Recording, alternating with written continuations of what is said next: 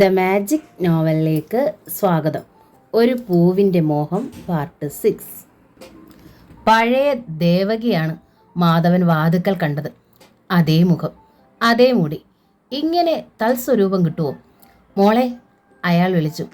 അച്ഛാ എന്ന കരച്ചിലോടെ താമര ഓടി വന്ന് ആ നെഞ്ചിലേക്ക് മുഖമണച്ചു. യാതൊരു അപരിചിതത്വവും അവൾക്ക് അനുഭവപ്പെട്ടില്ല. കണ്ടില്ലെങ്കിലും അച്ഛൻ അവളുടെ ഹൃദയത്തിലുണ്ടായിരുന്നു എപ്പോഴും. എത്ര കാലമായി ഈ കൂടിക്കാഴ്ച സ്വപ്നം കാണുന്നു. മോൾ അച്ഛനോട് ക്ഷമിക്കണം. മകളെ ചേർത്ത് പിടിച്ച് മാധവൻ വിങ്ങിപ്പൊട്ടി. നീ ശപിച്ചാൽ അച്ഛനെ ഏൽക്കും. താമര താഴെ കൂർന്നു അച്ഛൻ്റെ പാദങ്ങളിൽ കൈത്തലങ്ങൾ അർപ്പിച്ചു. അങ്ങനെയൊന്നും പറയരുതച്ചാ. എനിക്ക് എൻ്റെ അച്ഛൻ്റെ സ്നേഹം മതി, അനുഗ്രഹം മതി. ഒരു നോക്ക് കാണാനെങ്കിലും കിട്ടിയല്ലോ എനിക്ക്. ഇനി എന്തിനും നിനക്ക് അച്ഛനുണ്ടാകും, മാധവൻ അറിയിച്ചു. ആരൊക്കെ എതിർത്താലും എന്തൊക്കെ നഷ്ടപ്പെട്ടാലും. അവിടുത്തെ അമ്മ വന്നില്ലേ അച്ഛാ? താമര ചുറ്റിനു നോക്കി. ഇല്ല, മാധവൻ പറഞ്ഞു. അച്ഛനെത്തിയല്ലോ, അതുപോലെ. മറുപടി പറഞ്ഞില്ലെങ്കിലും താമരയുടെ മുഖത്ത് സന്തോഷമായിരുന്നു.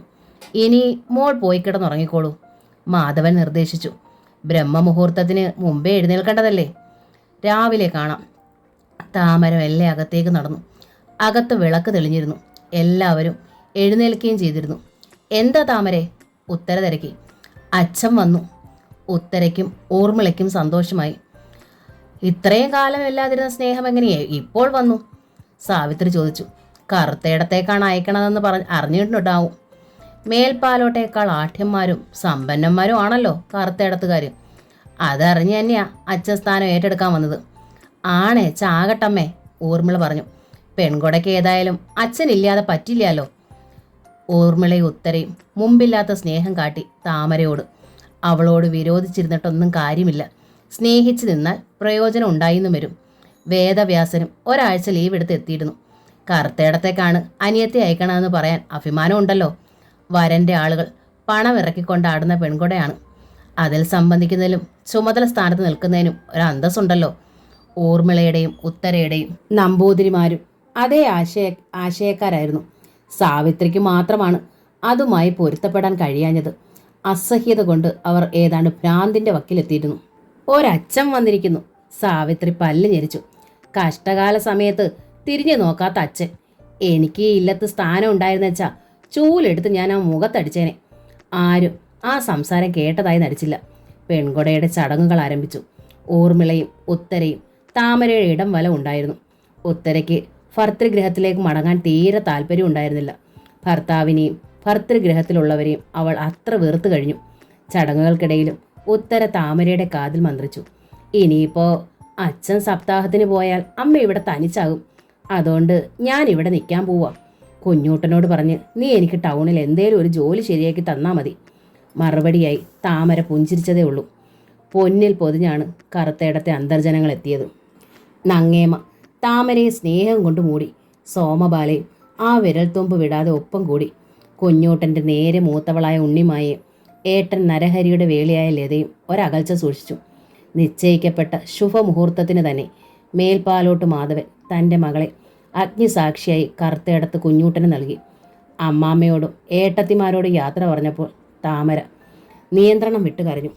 സാവിത്രിയുടെ അരികിൽ ചെന്നപ്പോൾ അവർ തലയിൽ കൈവച്ച് ശപിക്കുകയാണ് ചെയ്തത്. നീ നശിച്ചു പോകും. കൂടെയുണ്ടായിരുന്ന കുഞ്ഞൂട്ടൻ അവളെ സാന്ത്വനിപ്പിച്ചു.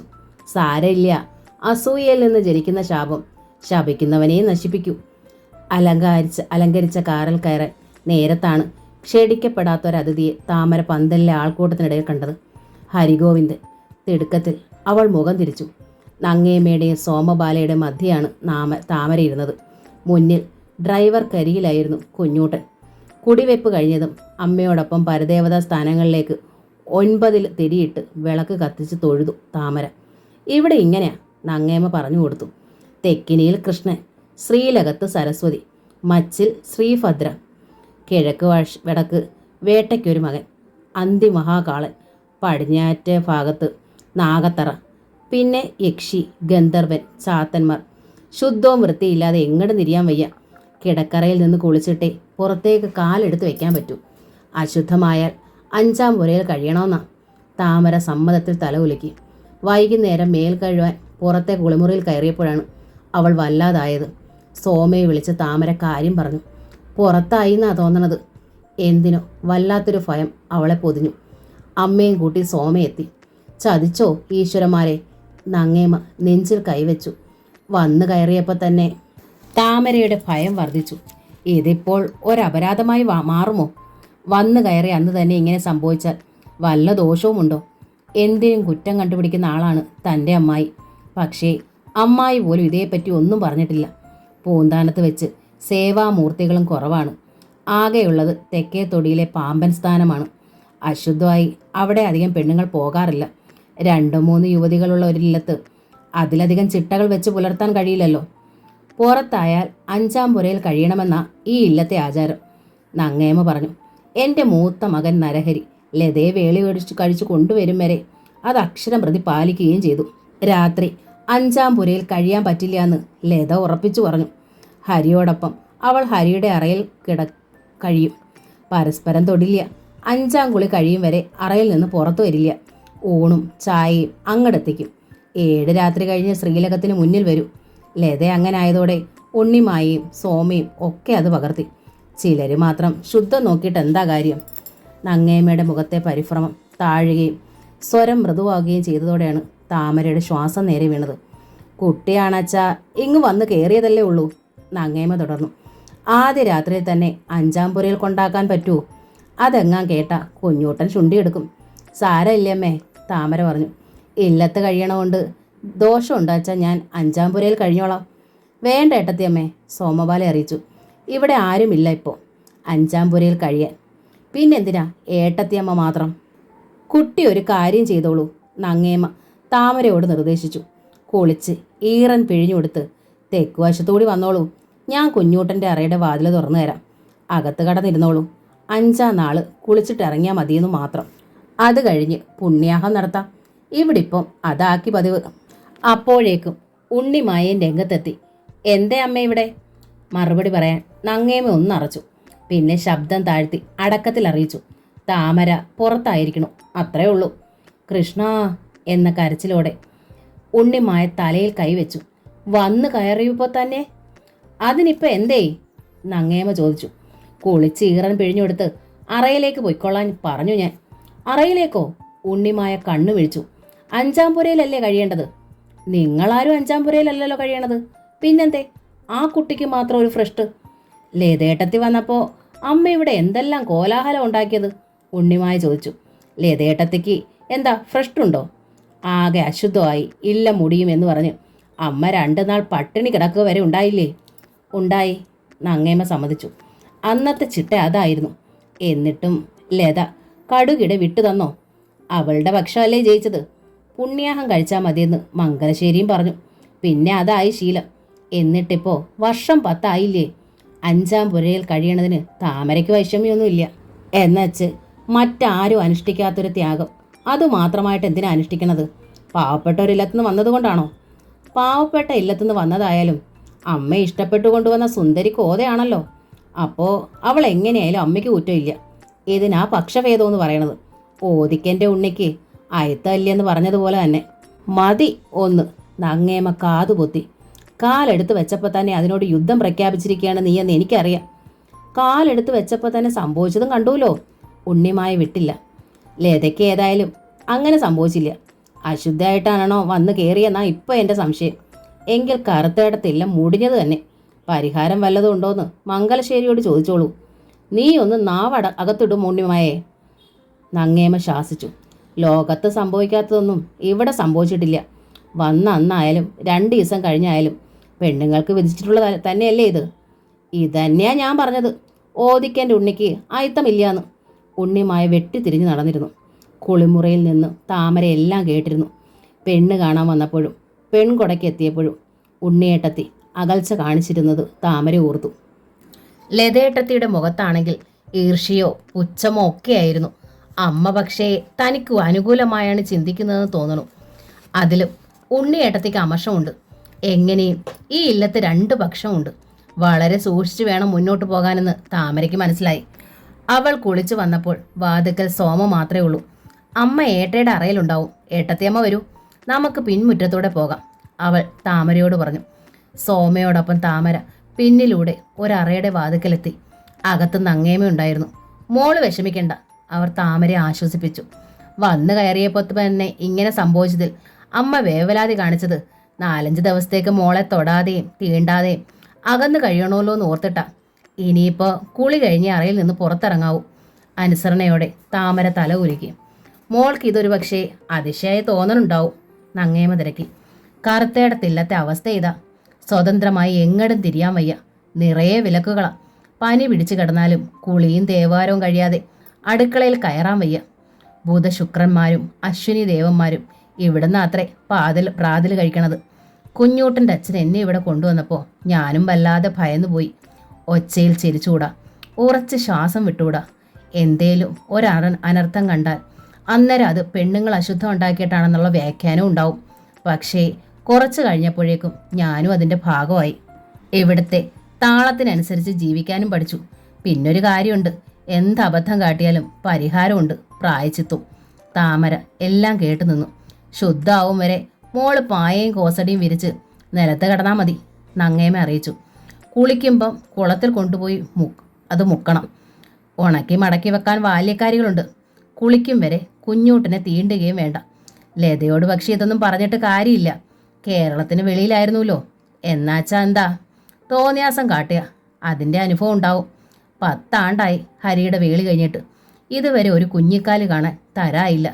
അനുഗ്രഹിച്ചാൽ 2 കൈകൾ ഉയർത്തി അനുഗ്രഹിക്കണ പരദേവതകളാണ് ഇവിടുത്തേത്. നിന്ദിച്ച മൂക്കിൽ പിടിച്ച് ഇക്ഷ വരപ്പിക്കാനും പണിക്കില്ല. ഇതൊക്കെ പറഞ്ഞ് ഏട്ടത്തെ അമ്മയെ വെറുതെ പേടിപ്പിക്കല്ലേ അമ്മേ, സോമ പറഞ്ഞു. ഇങ്ങോട്ട് വന്ന് കയറിയതല്ലേ ഉള്ളൂ. മര്യാദയ്ക്ക് ജീവിച്ചാൽ പേടിക്കാനൊന്നുമില്ല, നങ്ങേമ സമാധാനിപ്പിച്ചു. തൊട്ടതിനൊക്കെ നമ്മെ ശിക്ഷിക്കാൻ തരം പാർത്ത് കഴിയണ ഒരു ശുണ്ടിക്കാരനാണ് ദൈവമെന്ന് കരുതണ്ട. നമ്മുടെ കുറ്റങ്ങളും കുറവുകളും എല്ലാം ദൈവത്തിന് മനസ്സിലാകും. മനസ്സറിയാതെ ചെയ്തു പോകണ തെറ്റുകളുടെ സാഹചര്യം മനസ്സിലാക്കി പൊറുക്കുകയും ചെയ്യും. ദൈവത്തെ തൃപ്തിപ്പെടുത്താൻ വേണ്ടിയല്ല നമ്മൾ നമ്മുടെ മാമൂലുകളിൽ മുറുകെ പിടിക്കണത്. ആ മാമൂലുകളിൽ കുരുങ്ങിയ മനസ്സുകളാ പഴയ തലമുറയുടേത്. അവരെ വേദനിപ്പിക്കേണ്ടാഞ്ഞിട്ട അശുദ്ധയായി ധർമ്മദേവ സ്ഥാനങ്ങളിൽ തീണ്ടണത് ആപത്താണെന്ന് ഭയക്കുന്ന തരക്കാരിയാ ഈ അമ്മ പോലും. എൻ്റെ മക്കളത് ധിക്കരിച്ചാൽ എനിക്ക് വേദനയാവും. എന്നോട് സ്നേഹമുണ്ടെങ്കിൽ എൻ്റെ മക്കൾ അപ്പോൾ എന്താ ചെയ്യേണ്ടത്? താമരയും സോമബാലയും മാറി മാറി നോക്കി നങ്ങേമ. അമ്മയുടെ വിശ്വാസം തെറ്റായാലും ശരിയായാലും ഞാൻ അതൊരിക്കലും ധിക്കരിക്കില്ല, നങ്ങേമ താമര അറിയിച്ചു. അതുപോരെ, അത് മതി അമ്മയ്ക്ക്, നങ്ങേമ പുഞ്ചിരിച്ചു. എന്നുവെച്ച് അമ്മയുടെ വിശ്വാസം തെറ്റാണെങ്കിൽ മക്കൾ ചൂണ്ടിക്കാട്ടിക്കൂടാന്നൊന്നുമില്ല. തെറ്റാണെന്ന് വ്യക്തമായി മനസ്സിലാക്കിയാൽ ഒരു ലജ്ജയും കൂടാതെ ഞാനത് തിരുത്തും. നങ്ങേമയുടെ സംസാരം താമരയ്ക്ക് വലിയ ആശ്വാസമായി. ഡോക്ടർ ഹൃദയകുമാരിയാണ് അവൾക്ക് ഓർമ്മ വന്നത്. ഡോക്ടറിലാണ് താമര പലപ്പോഴും തനിക്കില്ലാത്ത അമ്മയെ കണ്ടിരുന്നത്. കുഞ്ഞൂട്ടേട്ടൻ്റെ അമ്മയിൽ സ്വന്തം അമ്മയെ കണ്ടെത്താനായാൽ അതിൽ പരമൊരു ഭാഗ്യമെന്ത്? ഏതായാലും മോൾ ഈറം മാറ്റ്, നങ്ങേമ പറഞ്ഞു. അലമാര തുറന്ന് 2-3 സാരികളും ബ്ലൗസും എടുത്ത് അവർ താമരയുടെ മുന്നിലിട്ടു. മോൾക്ക് വേണ്ടി വാങ്ങിച്ചതാ ഇതെല്ലാം. കുറേ ഉണ്ട്. ബ്ലൗസുകൾ മാച്ചാവുമെന്ന് തോന്നിയില്ല. സോമയുടെ അളവിൽ തയ്ച്ചതാ. തൽക്കാലം ഈറം മാറ്റാം, പിന്നീട് തുന്നൽക്കാരിയെ പരുത്തി പാകത്തിന് തുന്നിക്കാം. തൊടാൻ പാടില്ലാതായതാണ് പ്രശ്നം.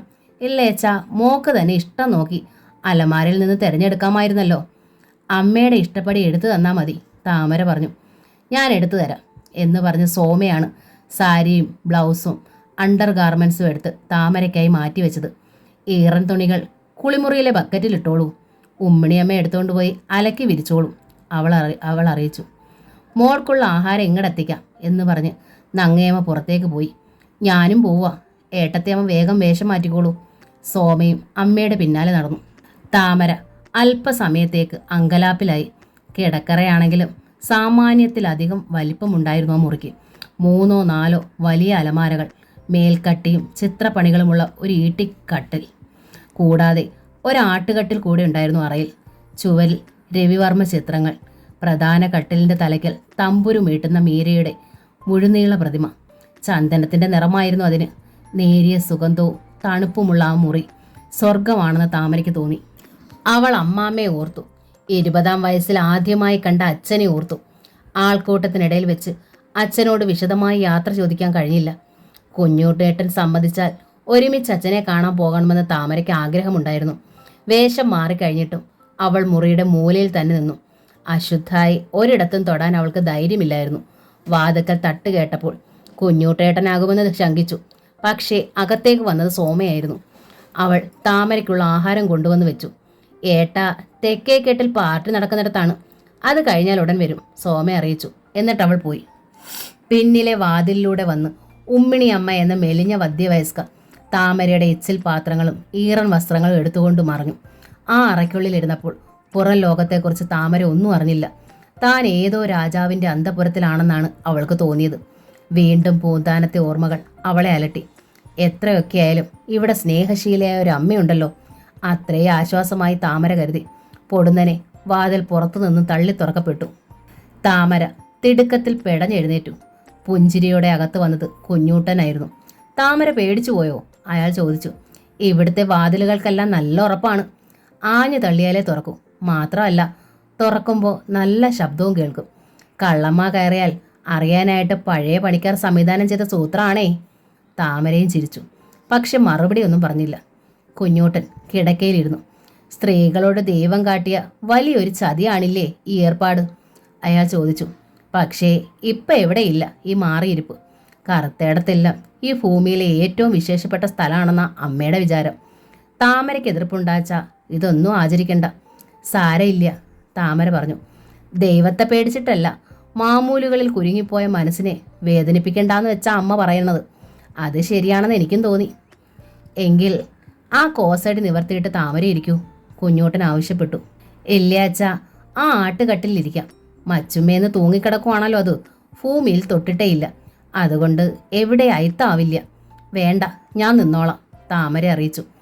തമ്മിൽ തനിച്ച് കാണുമ്പോൾ ആദ്യം താമരയോട് ചോദിക്കാൻ ഒരു ചോദ്യം ഞാൻ കരുതി വെച്ചിട്ടുണ്ട്. ഒരുപാട് ആലോചനകൾ തെറ്റിയ എനിക്ക് വേളി തരായത്. എൻ്റെ ദണ്ണക്കാരി അറിഞ്ഞിട്ടും താമര എന്തേ ഈ ആലോചനയ്ക്ക് വഴങ്ങിയത്? കുഞ്ഞൂട്ടൻ താമരയെ നോക്കി. താമര പതറി. കുഞ്ഞൂട്ടേട്ടൻ്റെ ദണ്ണക്കാര്യം ഇവിടുന്ന് ആരും തങ്ങളെ അറിയിച്ചിട്ടില്ലല്ലോ എന്ന് അവൾ ഓർത്തു. അറിഞ്ഞത് പുറത്തുള്ളവരുടെ ഏഷണിയിലൂടെയാണ്. പക്ഷേ അതെങ്ങനെ കുഞ്ഞൂട്ടേട്ടനോട് പറയും? ഈ ദണ്ണക്കാരി അറിഞ്ഞിട്ടില്ല എന്ന് ഭാവിക്കാനായിരുന്നു താമരയ്ക്കിഷ്ടം. ഇതൊന്നും തന്നെ ബാധിക്കില്ലെന്ന് പറയാനും. എന്തേ താമര മിണ്ടാത്തത്? കുഞ്ഞൂട്ടന് ശങ്കയായി. എൻ്റെ ദണ്ണക്കാര്യം ഇവിടുന്ന് ആരും കുട്ടിയെ അറിയിച്ചിട്ടില്ലേ ആവോ? വിക്കുണ്ടെന്നാ അമ്മ പറഞ്ഞത്. താമര മുഖം താഴ്ത്തി. സംസാരത്തിൽ എനിക്കങ്ങനെ തോന്നിയേയില്ല. തോന്നിയാലും പ്രശ്നമില്ല. കുഞ്ഞൂട്ടൻ കിടക്ക വിട്ട് എഴുന്നേറ്റു. ആ മുഖം ചുവന്നു. വിക്കോ? എനിക്കോ? എന്നിട്ട് ഒരിക്കൽ ഭ്രാന്ത് വന്ന കാര്യം അമ്മ കുട്ടിയോട് പറഞ്ഞില്ല? താമര സ്തബ്ധയായി. എന്തു പറയണമെന്നറിയാതെയായി. കുഞ്ഞൂട്ടൻ്റെ മുഖം മാറി. പല്ലുകൾ ഞെരിച്ചു. അപ്പോൾ എൻ്റെ അമ്മ ചതിച്ചതാണ് ഈ വേളി നടത്തിയത് ഇല്ലേ? ചോദിക്കട്ടെ ഞാൻ? ഒരുതരം ഭ്രാന്തിൻ്റെ ലക്ഷണത്തോടെ അയാൾ പുറത്തേക്ക് തിരിഞ്ഞു. വേണ്ട, താമര കരഞ്ഞു. കുഞ്ഞൂട്ടൻ അത് കേട്ടില്ല. വാതിക്കലെത്തി പുറത്തേക്ക് നോക്കി അയാൾ ഗർജിച്ചു. അമ്മേ, ദാസാ, ഇവിടെ വാ, ഇവിടെ വന്നോളൂ വേഗം. ഇല്ലാച്ച ഞാൻ ഈ ഇല്ലത്തിന് തീയിടും. ഭയം കൊണ്ട് താമരയ്ക്ക് ശബ്ദിക്കാനോ ശ്വസിക്കാൻ പോലുമോ ആയില്ല. അശുദ്ധിയായതിനാൽ നിന്നെടുത്ത് നിന്ന് അനങ്ങാനുമായില്ല. അടുക്കളയിലായിരുന്നു നങ്ങേമ. ഉമ്മിണി അമ്മയ്ക്ക് ചോറ് വിളമ്പി കൊടുക്കുകയായിരുന്നു അവർ. ഒത്തിരി കാത്തിരുന്നാലും ആത്തോലമ്മയുടെ കുട്ടന് കിട്ടിയത് സാക്ഷാൽ മഹാലക്ഷ്മിയെ തന്നെയാ. എന്തൊരൈശ്വര്യം, എന്തൊരടക്കം എന്ന് ഉമ്മിണി പറഞ്ഞതിൻ്റെ ആനന്ദത്തിലായിരുന്നു നങ്ങേമ. അതേ, ഞാൻ തന്നെ ചെന്ന് കണ്ടതാ, അവർ അഭിമാനത്തോടെ അറിയിച്ചു. എൻ്റെ ഇഷ്ടപ്രകാരം കൊണ്ടുവന്നതുമാ. എൻ്റെ കുഞ്ഞൂട്ടൻ്റെ ഇനിയുള്ള ജീവിതമെങ്കിലും ഭദ്രമാകണം. അതിനായി ഞാൻ ചെയ്തതാ ഉമ്മിണി. അവൻ്റെ ദണ്ണക്കാരിയൊന്നും അതിൻ്റെ അടുത്ത് ഞാൻ പറഞ്ഞിട്ടില്ല കേട്ടോ. നിങ്ങളുടെ ആരുടെയും നാവിന്ന് അതൊന്നും വീഴണ്ട. ഉമ്മിണിയുടെ നാവിന്ന് അങ്ങനെ വല്ലതും വീഴുവാത്തോലമ്മേ? ഉമ്മിണി പരിഭവത്തിൽ നങ്ങേമ്മയെ നോക്കി.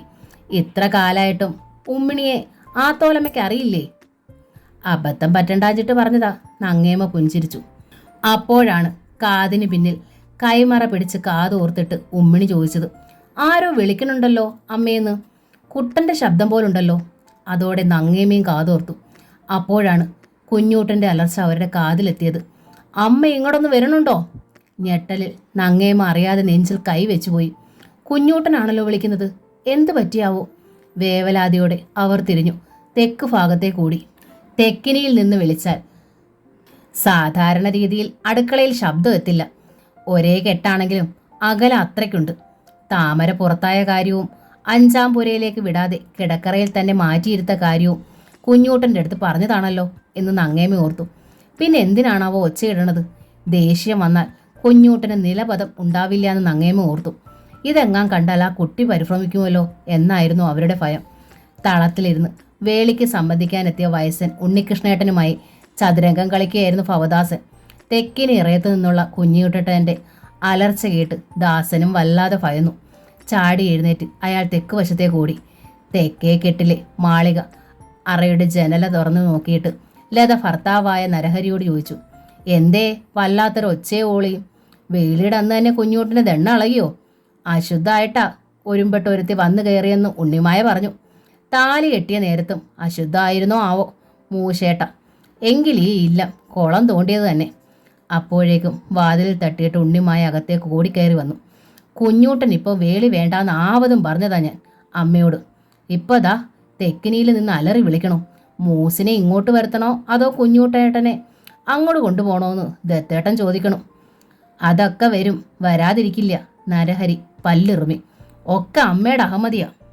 നങ്ങേമയും ഭവദാസനും ഒരുമിച്ചാണ് കുഞ്ഞൂട്ടൻ്റെ മുമ്പിലെത്തിയത്. എന്താ മോനെ, എന്താ എൻ്റെ കുഞ്ഞൂട്ടാ നിനക്ക് പറ്റിയത്? നങ്ങേമ പൊട്ടിക്കരഞ്ഞു. കരയണ്ട, കുഞ്ഞൂട്ടൻ പറഞ്ഞു. അമ്മയോടും ദാസനോടും ഞാൻ പല കുറി പറഞ്ഞതാ എൻ്റെ ദണ്ണക്കാര്യം പൂന്താനത്ത് വ്യക്തമായി അറിയിക്കണമെന്ന്, പ്രത്യേകിച്ചും താമരയുടെ അടുത്ത്. നങ്ങേമേൽ ഞെട്ടലുണ്ടായി. അവർ വിഷമത്തോടെ ഭവദാസനെ നോക്കി. ഭവദാസിൻ്റെ മുഖം കുനിഞ്ഞു. എന്നോടുള്ള സ്നേഹം കൊണ്ടായാലും നിങ്ങൾ ആ പെൺകുട്ടിയെ ചതിച്ചു. ചതിച്ചൊരു വേളി നടത്തിയാൽ അതുമായി പൊരുത്തപ്പെടുമെന്നാണോ നിങ്ങൾ വിചാരിച്ചത്? ആണോന്ന് അമ്മയെയും അനുജനെയും മാറി മാറി നോക്കി കുഞ്ഞൂട്ടൻ. അകത്തു നിന്ന് താമരയുടെ കരച്ചിൽ കേൾക്കായി. അകത്തേക്കൊന്ന് നോക്കിയിട്ട് നങ്ങേമ്മ ഇടർച്ചയോടെ പറഞ്ഞു, അത് മോനെ അമ്മ പറയാൻ മറന്നുപോയതാ. ഇവിടെ വന്ന് സാവധാനം പറഞ്ഞ് മനസ്സിലാക്കിക്കാന്ന് വിചാരിച്ചു. കള്ളം. വീണ്ടും കുഞ്ഞൂട്ടൻ്റെ ശബ്ദമുയർന്നു. പറയാൻ മറന്നൊന്നുമല്ല, എനിക്ക് വിക്കുണ്ടെന്നുള്ളൊരു കളവ് പറഞ്ഞു കൊടുക്കാൻ നിങ്ങൾ മറന്നില്ലല്ലോ.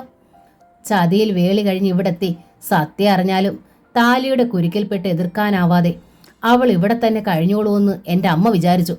എന്തൊരു കുൽസിത ബുദ്ധിയാണ് കറുത്തേടത്ത് നങ്ങേമ്മയുടേത്. നങ്ങേമ്മയ്ക്ക് വീണ്ടും കരച്ചിൽ വന്നു. മകനെ സ്നേഹിക്കുന്നത് കൊണ്ടാണ് അവൻ്റെ മുന്നിൽ പോലും താൻ കുറ്റക്കാരിയായത്. നേരല്ലേ കുഞ്ഞൂട്ടൻ ചോദിച്ചു. നേരല്ലേ ഞാൻ പറഞ്ഞത്? താമര എതിർപ്പ് വല്ലതും പറഞ്ഞോ മോനെ? നങ്ങേമ്മയ്ക്ക് ഉത്കണ്ഠയായി. ഞാൻ അവളുടെ കാല് പിടിക്കാം, എല്ലാ തെറ്റും എൻ്റേതാണെന്ന് ഏറ്റു പറയാം. ഒന്നും ചെയ്യണ്ട, കുഞ്ഞൂട്ടൻ അറിയിച്ചു. എതിർപ്പ് പറയോ ഭാവിക്കോ വേണ്ട. എതിർപ്പിൻ്റെ ഒരു പൊടിപ്പ് ആ ഉള്ളിലുണ്ടായിരുന്നാൽ മതി. ഞാൻ കെട്ടിയ താലി പൊട്ടിച്ചെടുത്തിട്ട് ആ കുട്ടിയെ ഞാൻ മോചിപ്പിക്കും. ഈ ജന്മം തുലച്ചതിൻ്റെ പ്രായശ്ചിത്തമായി കറുത്തേടത്തെ എൻ്റെ ഷെയർ മൊത്തം അതിനെഴുതി കൊടുക്കും. അരുതേ! നിയന്ത്രണം വിട്ട് താമര വാതുക്കലേക്ക് ഓടി വന്നു. എനിക്കൊന്നും വേണ്ട, എന്തൊക്കെ തന്നാലും ഞാൻ ഇവിടുന്ന് പോവുകയില്ല. നങ്ങേമ്മ അത്ഭുതത്തിൽ താമരയെ നോക്കി. സന്തോഷം കൊണ്ട് ആ കണ്ണുകൾ വിങ്ങി. ഇവിടുന്ന് ആരും പറഞ്ഞില്ലെങ്കിലും കുഞ്ഞൂട്ടേട്ടനെ സംബന്ധിച്ച എല്ലാം അറിഞ്ഞോണ്ടാണ് ഞാൻ ഈ ബന്ധത്തിന് സമ്മതിച്ചത്, താമര പറഞ്ഞു. ഇനിയൊരു പക്ഷേ ഒന്നും അറിയാതെയാണ് വന്നേച്ചാലും ഒരസുഖത്തിൻ്റെ പേരിൽ ഉപേക്ഷിച്ചു പോകാൻ പറ്റുമോ? ഞാൻ ഏതായാലും അതിന് തയ്യാറല്ല. ആർക്കാ അസുഖം വരാൻ വയ്യാത്തത്? മുമ്പില്ലാത്ത അസുഖം പിന്നീട് വന്നുകൂടാന്നുമില്ലല്ലോ. അതാരുടെയും കുറ്റമല്ലല്ലോ മോളെ. വിങ്ങി പൊട്ടിക്കൊണ്ട് നങ്ങേമ്മ ഓടി താമരയുടെ നേർക്ക് ചെന്നു. തീണ്ടാതിരിക്കാനായി താമര പിന്നിലേക്ക് നീങ്ങി. താമരയുടെ നേർക്ക് നങ്ങേമ്മ കൈകൾ കോപ്പി. അരുത് എന്ന് താമര മുഖം ചലിപ്പിച്ചു. കണ്ടോ അമ്മ അവളെ തൊഴുന്നത്? അല്പ അകലെ നിന്ന് ആ രംഗം വീക്ഷിച്ചിരുന്ന ചാരുദത്ത് ഉണ്ണിമായയോട് തിരക്കി. ഇക്കണക്കിന് അമ്മ ഇവളെ ദേവതയാക്കി ഈ ഇല്ലത്തെ ശ്രീലകത്ത് പ്രതിഷ്ഠിക്കുമെന്നാ തോന്നണത്. അവളെ പ്രതിഷ്ഠിക്കാൻ പോണത് കുപ്പത്തൊട്ടിയില്ല, ഉണ്ണിമായ പറഞ്ഞു. അത് ഞാൻ തീരുമാനിച്ചു കഴിഞ്ഞിരിക്കണു. അത് കേട്ട് പിന്നിൽ നിന്നിരുന്ന ലത ചിരി അമർത്തി. ലതയുടെ അരികിൽ നരഹരി ഉണ്ടായിരുന്നു. താമര പറഞ്ഞത് നീ കേട്ടുവല്ലോ? നങ്ങേമ്മ കുഞ്ഞൂട്ടനോട് ചോദിച്ചു. നിന്റെ കാര്യത്തിൽ ആ കുട്ടിക്ക് ഒരു പരാതിയില്ല. ഈ ഇല്ലത്തുനിന്ന് അവളിനി എങ്ങടും പോണുമില്ല. നീയായി ഇനി പ്രശ്നങ്ങളൊന്നും ഉണ്ടാക്കാതിരുന്നാൽ മതി. ഏതായാലും അമ്മ കാട്ടിയത് ചതി തന്നെ. കുഞ്ഞൂട്ടൻ വിട്ടുകൊടുത്തില്ല. അമ്മ അങ്ങനെ ഒരു ചതി ചെയ്തതുകൊണ്ടല്ലേ ഏട്ടയ്ക്ക് ഇങ്ങനൊരു മനസ്വിനെ കിട്ടിയത്? ഭവദാസൻ ചോദിച്ചു.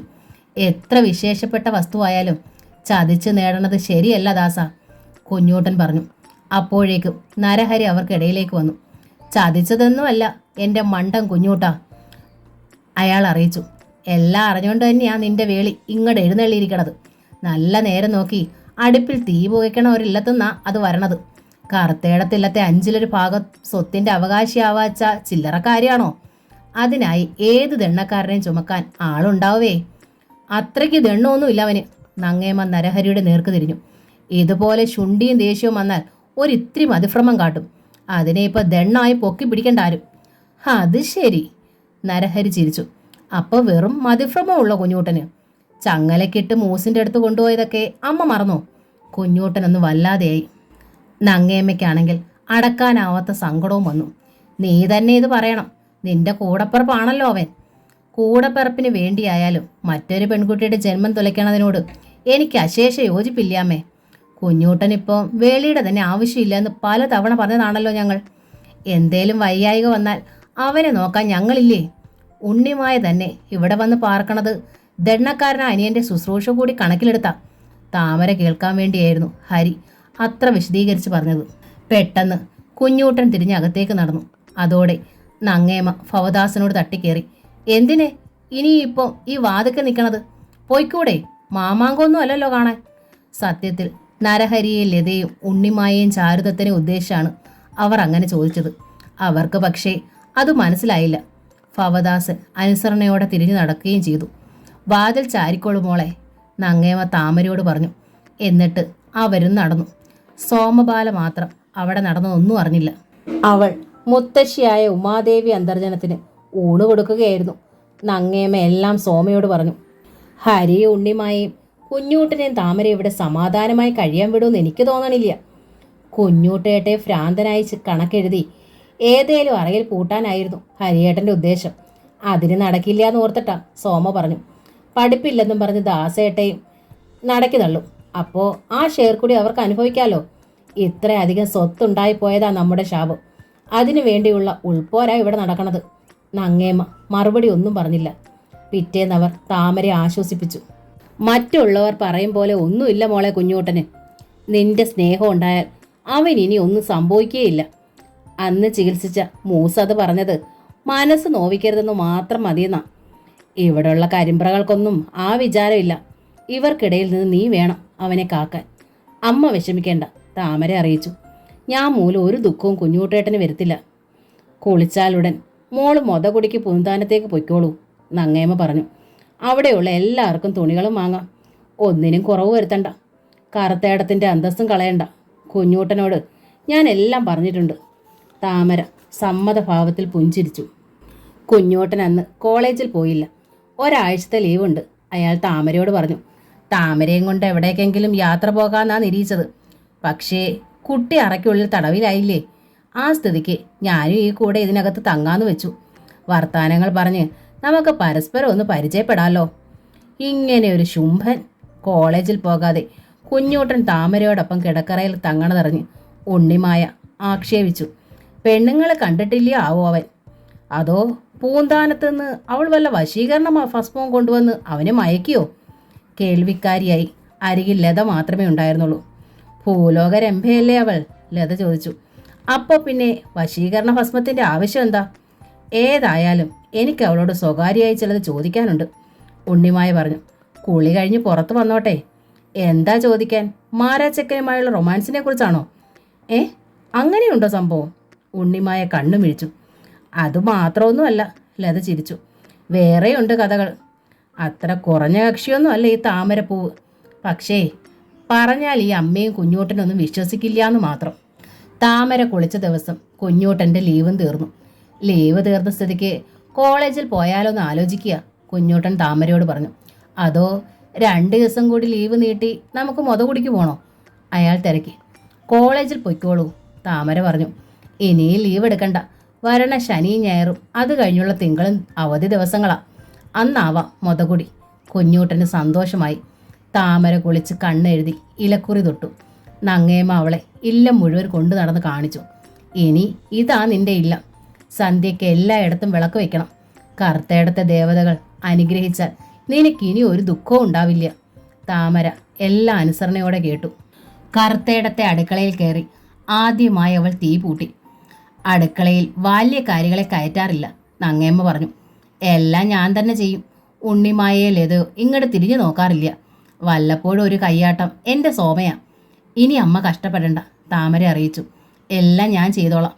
അവധി തീരുമ്പോൾ മോക്ക് ജോലിക്ക് പോണ്ടേ? നങ്ങേമ്മ അന്വേഷിച്ചു. ഇവിടെ നിന്ന് ഇത്രയും ദൂരെ യാത്ര ചെയ്ത് ജോലിക്ക് പോകാൻ പറ്റില്ല അമ്മേ. അവിടെ ചെയ്യണത് പോലെ ഇവിടെയും ചെയ്യാൻ ധാരാളം ജോലികളുണ്ടല്ലോ. ശമ്പളം കിട്ടില്ല എന്നല്ലേ ഉള്ളൂ. അവിടെ വെച്ചാൽ ശമ്പളം ഒരത്യാവശ്യമായിരുന്നു. ഇവിടെ അത് വേണ്ടാലോ. നങ്ങേമ്മ താമരയെ കെട്ടിപ്പിടിച്ചു മൂർധാവിൽ ചുംബിച്ചു. കുഞ്ഞൂട്ടൻ്റെ കാർ കോളേജിൻ്റെ പോർച്ചിൽ ചെന്ന് നിന്നപ്പോൾ സ്നേഹിതനായ ജയശങ്കർ കാറിൽ നിന്ന് ഇറങ്ങുകയായിരുന്നു. ഇതെന്തേ ഇവിടെല്ലാം കറുത്ത തുണി തൂക്കിയിരിക്കണത്? ചുറ്റും കണ്ണോടിച്ചുകൊണ്ട് കുഞ്ഞൂട്ടൻ ജയശങ്കറിനോട് തിരക്കി. ഇന്നൊരു അനുശോചനമുണ്ട്, ജയശങ്കർ പറഞ്ഞു. ലീവിലായിരുന്നത് കൊണ്ട് താൻ ഹണിമൂൺ ട്രിപ്പ് പോയിരിക്കുകയാണല്ലോ എന്നോർത്ത് ഞാൻ വിളിച്ചറിയിക്കായിരുന്നത്.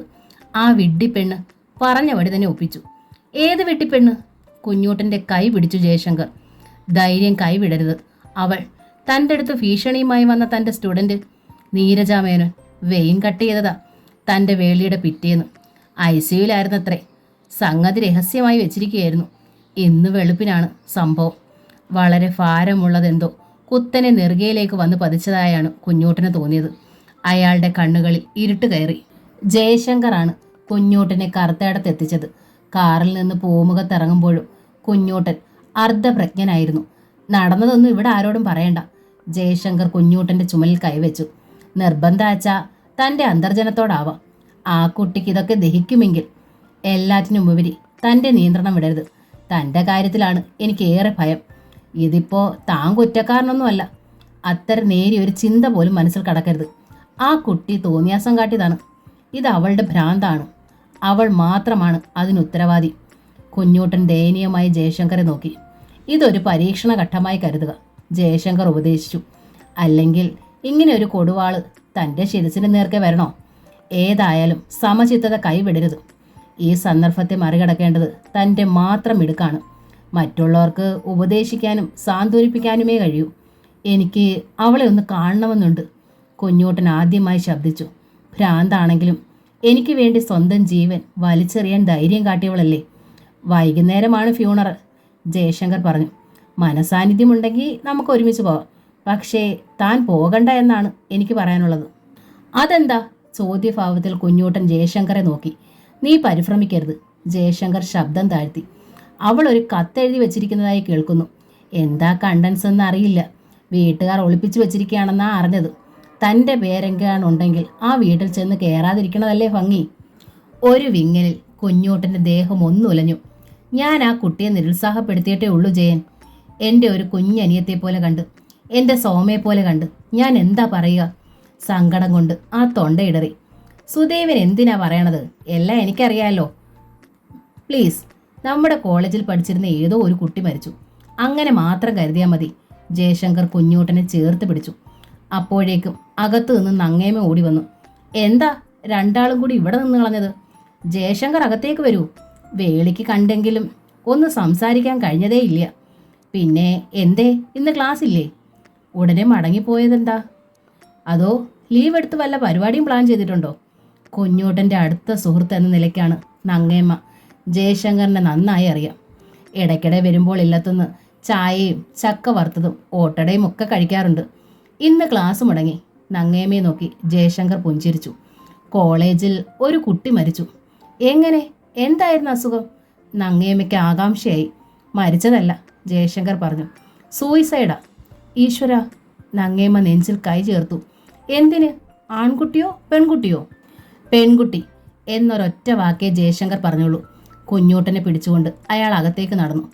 എന്തൊക്കെയോ ചോദിച്ചുകൊണ്ട് നങ്ങേമ്മ 4-5 അടി പിന്നാലെ ചെന്നു. പിന്നെ തിരിഞ്ഞു നടന്നു.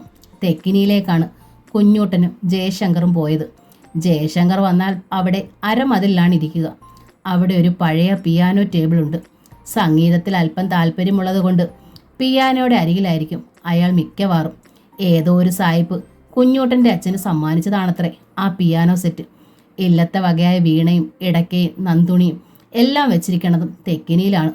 ഇപ്പോൾ അതിലേക്കൊന്നും ജയശങ്കറിൻ്റെ ശ്രദ്ധ പോയില്ല. കുഞ്ഞൂട്ടനിലായിരുന്നു അയാളുടെ കണ്ണുകൾ.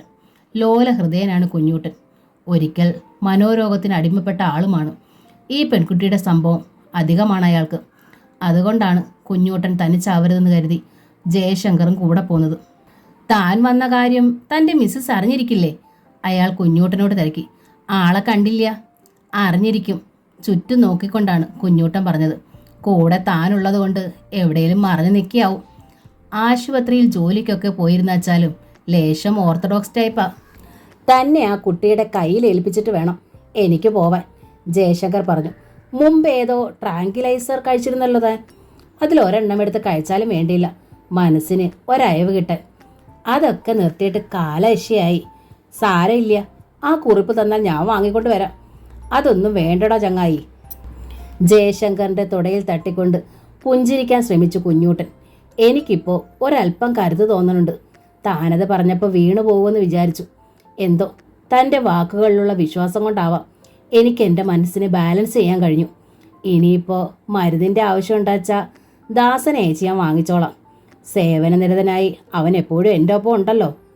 അപ്പോഴേക്കും ട്രെയിൽ ചായക്കപ്പുകളും ഉപ്പേരിയുമായി നങ്ങേമ തെക്കിനിയിലേക്ക് വന്നു. ഈ ഇല്ലത്തെ വധുവിനെ ഇവിടെങ്ങും കാണാനില്ലല്ലോ, ജയശങ്കർ നങ്ങേമയോട് ചോദിച്ചു. ഇനിയെങ്കിലും അമ്മയുടെ കഷ്ടപ്പാട് തീരുമെന്നാണ് ഞാൻ വിചാരിച്ചത്. എന്ത് കഷ്ടപ്പാട് കുട്ടി? ട്രേ അരപ്ലേസിൽ വെച്ചുകൊണ്ട് നങ്ങേമൻ ജയശങ്കറെ നോക്കി പുഞ്ചിരി തൂവി. ഇതൊക്കെ ഒരു സന്തോഷമല്ലേ അമ്മയ്ക്ക്? പിന്നെ വധു വന്നതുകൊണ്ട് അടുക്കളയിൽ എൻ്റെ കഷ്ടപ്പാട് മുക്കാലും തീർന്നു. കുഞ്ഞൂട്ടൻ കേൾക്കാൻ പറയണതല്ല. ഇത്രയും നല്ലൊരു കുട്ടിയാവുമെന്ന് ഞാൻ വിചാരിച്ചതേയില്ല. കുഞ്ഞൂട്ടൻ്റെ ഭാഗ്യമൊന്നല്ല, ഈ ഇല്ലത്തിൻ്റെ സുഹൃതമെന്നാണ് ഞാൻ കരുതണത്. ജയശങ്കർ സംതൃപ്തിയിൽ കുഞ്ഞൂട്ടനെ നോക്കി. താമരെ ഞാൻ ഇങ്ങോട്ട് അയക്കാം, രണ്ടാളും ചായ കുടിച്ചോളൂ. നങ്ങേമ തിരിഞ്ഞ് 4 ഇറയത്തുകൂടി നടന്നുപോയി. താമരയോട് ഞാനൊന്ന് സംസാരിക്കട്ടെ? ജയശങ്കർ കുഞ്ഞൂട്ടനെ നോക്കി. ഈ വിഷയത്തെക്കുറിച്ച് തനിക്ക് എന്ത് സംസാരിക്കാം? കുഞ്ഞൂട്ടൻ തലകുലുക്കി. താമര അറിയാത്തതായി എനിക്കൊന്നുമില്ല. അല്പം കഴിഞ്ഞതും തെക്കിനിയുടെ ചിത്രത്തൂണിനരികിൽ താമര എത്തി. ഒരു പതർച്ചയും ഇല്ലായിരുന്നു മുഖത്ത്. പക്വമാർന്ന ഒരു ശാന്തതയായിരുന്നു അവൾ പ്രകടമാക്കിയത്. വേളിപ്പന്തലിൽ കണ്ടതാ, ജയശങ്കർ പുഞ്ചിരിച്ചു. പിന്നെ ഇപ്പോഴാ പേര് ജയശങ്കർ. സൗകര്യം പോലെ ഒരു ദിവസം രണ്ടാളും ചേർന്ന് അടിയൻ്റെ കുടിലൊന്ന് സന്ദർശിക്കണം. താമര മെല്ലെ ചിരിച്ചു.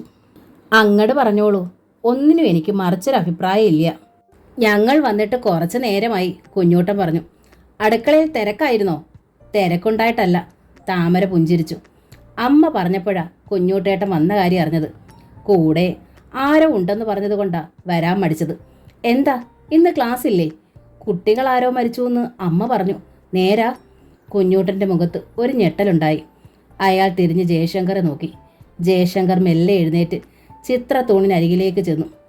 അതേപ്പറ്റി താമരയോടൊന്ന് പറഞ്ഞിട്ട് പോകാമെന്ന് വെച്ചാ ഞാൻ വന്നത്. എന്തു പറയാനെന്ന ഭാവത്തിൽ താമരയുടെ മുഖം അമ്പരപ്പിൽ വികസിച്ചു. കുറച്ച് വാചകങ്ങളിൽ ജയശങ്കർ ആ സംഭവം വിശദമാക്കി. സുദേവൻ തീർത്തും ഇന്നസെൻ്റ് ആണ്. ആ കുട്ടി ഇങ്ങോട്ട് വന്ന് പ്രശ്നമുണ്ടാക്കിയതാ. ഇപ്പോൾ ഇങ്ങനെ കാട്ടിക്കൂട്ടിയതും അവളുടെ ഒരു ഭ്രാന്ത. സത്യത്തിൽ മറ്റുള്ളവർ കേട്ടാൽ വിശ്വസിക്കില്ല, എങ്കിലും താമര വിശ്വസിക്കണം. സുദേവനെ ശരിക്കറിയാവുന്ന ഒരു ഫ്രണ്ട് എന്ന നിലയ്ക്കാണ് ഞാൻ ഇതിപ്പോൾ പറയാൻ തയ്യാറായത്. എനിക്കിത് പറയേണ്ട യാതൊരു ബാധ്യത ഉണ്ടായിട്ടല്ല. ആ കുട്ടി ഇങ്ങനെ കാട്ടിയെന്നറിഞ്ഞതും സുദേവൻ ശരിക്കും ഷോക്ക്ഡായി. മുമ്പൊരു സൈക്കിക് ഇഷ്യൂ വന്നിട്ടുള്ളതാണെന്ന് അറിയാലോ. സുദേവൻ തന്നെ കുട്ടിയുടെ അടുത്ത് പറഞ്ഞിട്ടുള്ളതുമാണല്ലോ. ഇങ്ങനെയൊരു സന്ദർഭം ഇയാൾ എങ്ങനെ നേരിടുമെന്നായിരുന്നു എൻ്റെ ഭയം. താമര വേപതോടെ കുഞ്ഞൂട്ടനെ നോക്കി. അരമതിൽ മുഖം കുനിച്ചിരിക്കുകയായിരുന്നു അയാൾ. ഏതായാലും അയാൾ അസാമാന്യ തൻ്റെ ഇടം കാണിച്ചിരിക്കണം. കുഞ്ഞൂട്ടനെ ഒന്ന് തിരിഞ്ഞു നോക്കിയിട്ടാണ് ജയശങ്കർ തുടർന്നത്. ഇനി എല്ലാം താമരയുടെ കയ്യിലാണ്. ഈ കുഞ്ഞൂട്ടൻ്റെ ജീവിതം തന്നെ താമരയുടെ കയ്യിലാണ്. അത്ര പാവമയാൾ. സുന്ദരനാണ്, നന്നായി കവിത പാടും. ആ നിലയ്ക്ക് പെൺകുട്ടികളുടെ ആരാധനയുണ്ട്. സാമാന്യം എഴുതുന്നതിൻ്റെ പേരിലും ഒരു ഗ്ലാമറുണ്ട്. എന്നിട്ടും ഒരു മണ്ടൻ ബ്രഹ്മചാരിയുടെ ജീവിതമാണേ.